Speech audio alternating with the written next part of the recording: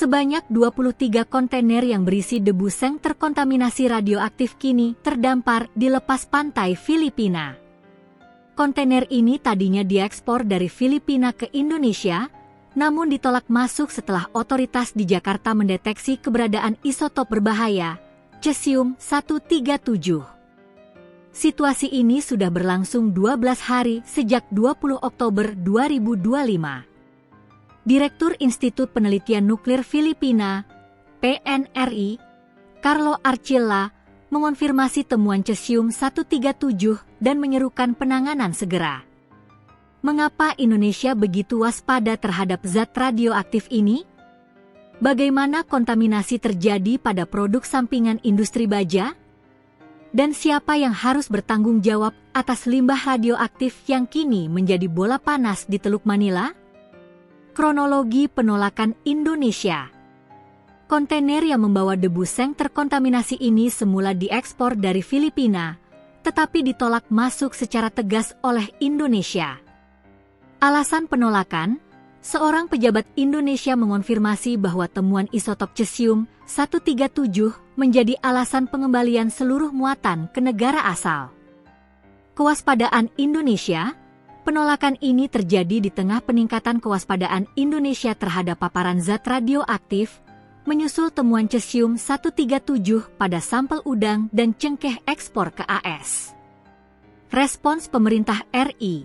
Sebagai respons, pemerintah Indonesia telah menangguhkan sementara impor besi dan baja scrap yang diduga menjadi sumber kontaminasi, serta memperketat sistem pemantauan bahan radioaktif.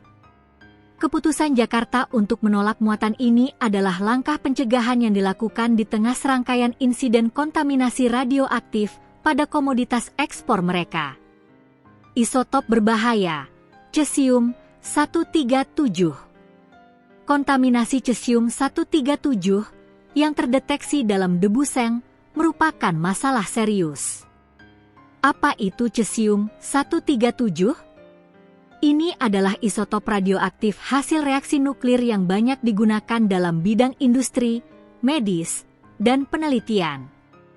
Risiko kesehatan, aktivis lingkungan dari Greenpeace Filipina, Jefferson Chua, menyampaikan kekhawatiran serius. Ia menyebut bahwa paparan berkepanjangan dapat menimbulkan risiko kanker jangka panjang dan mencemari lingkungan dalam jangka waktu lama. Kadar radiasi, Direktur PNRI, Carlo Archila, menegaskan bahwa kadar radiasi yang ditemukan saat ini tidak membahayakan dalam jangka pendek dan situasi ini bukan keadaan darurat nasional. Namun, ia menekankan perlunya penanganan cepat.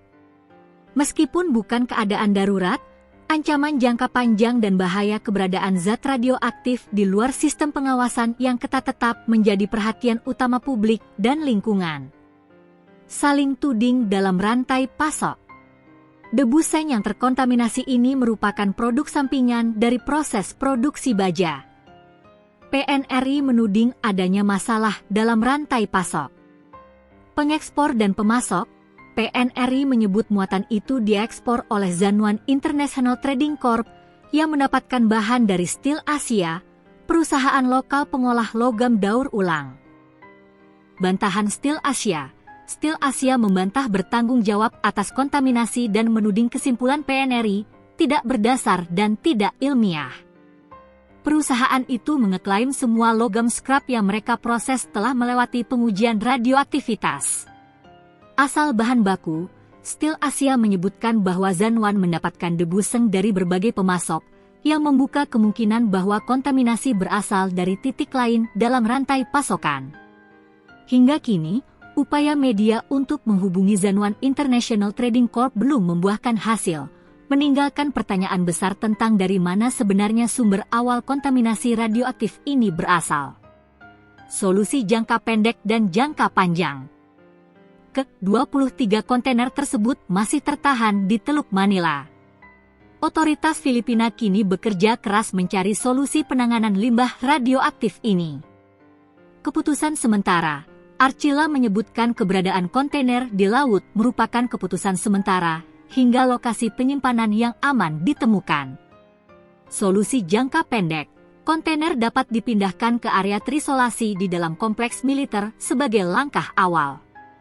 Solusi utamanya adalah memiliki tempat penyimpanan tingkat rendah, sebuah penguburan, atau pembangunan fasilitas penahanan bawah tanah. Tantangan birokrasi, Archila juga menyoroti potensi masalah di tingkat nasional, di mana keputusan pemerintah daerah mungkin dibutuhkan apabila mereka menolak menjadi lokasi pembuangan limbah. Kasus ini menjadi peringatan keras bagi negara-negara Asia tentang risiko limbah radioaktif yang beredar di rantai pasok industri dan pentingnya sistem pengawasan nuklir yang ketat.